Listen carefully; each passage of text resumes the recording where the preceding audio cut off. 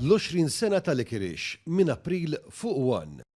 Il-membri kollha fl-assoċjazzjonijiet tal-kannabis huma kollha nies li ilhom snin jagħmlu użu mill-kannabis u b'din ir-riforma ma kienx hemm membri li bdew jagħmlu użu mill-kannabis għall-ewwel darba.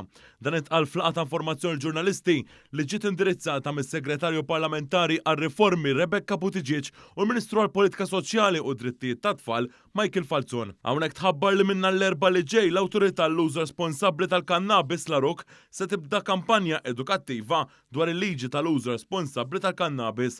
Il-kap eżekuttiv tal-Arok Leonid McKay spjega li din il-kampanja se tagħti wkoll informazzjoni dwar il-harm reduction tal-kannabis lil dawk li jagħmlu użu minnha. Ġie spjegat dwar il-labeling ta' kull prodott mill-assoċjazzjonijiet li hu kollu simili u li fuq u hemm it-twissijiet u anke it-tabella li tiċċertifika li l-kannabis hi kkultivata f'pajjiżna.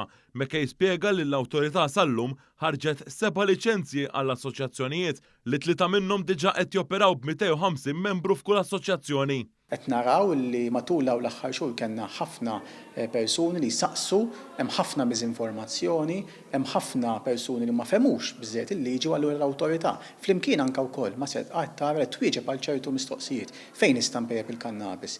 Nistampih il-kannabis li jiena għandi għalija personali u allura f'diversi media nkun qed nagħtu din l-informazzjoni l-pubbliku in ġenerali. Waqt din is-sessjoni ta' informazzjoni kien hemm il-manager għas-servizzi preventivi fih dan is-setqa Jared Grima li spjega li fl-aħħar 5 snin l-Aġenzija għamlet bosta kampanji mifruxin fl-iskejjel kollha primarji, sekondarji u anke fuq il-postijiet tax-xogħol.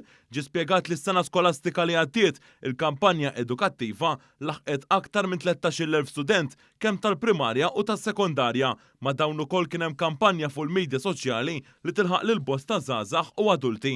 Il-fokus tagħna ser ikun iktar fil-post-secondary interventions fil-postijiet tax-xogħol sabiex min għadu ma bediex ma jibdiex juża.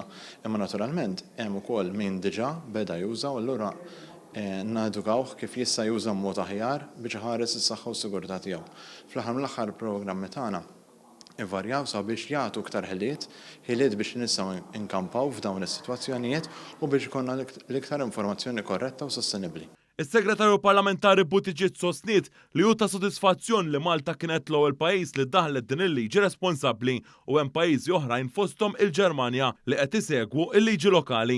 Huwa x-xogħol tal-Gvern u anke tal-Awtorità illi jagħmlu kampanji ta' edukazzjoni sabiex nassiguraw li kulħadd jifhem l-għanijiet tal-liġi iżda aktar minn hekk sabiex nassiguraw li jkun hemm l-informazzjoni korretta fil-pubbliku. Għaldaqstant il-ħidma tagħna bħala Gvern trid tkompli sabiex nassiguraw dawn ir-riformi kuraġġużi, dawn ir-riformi li jagħtu drittijiet ċivili ġodda u aktar minn hekk dejjem inħarsu l-interessi tal-pubbliku in ġenerali.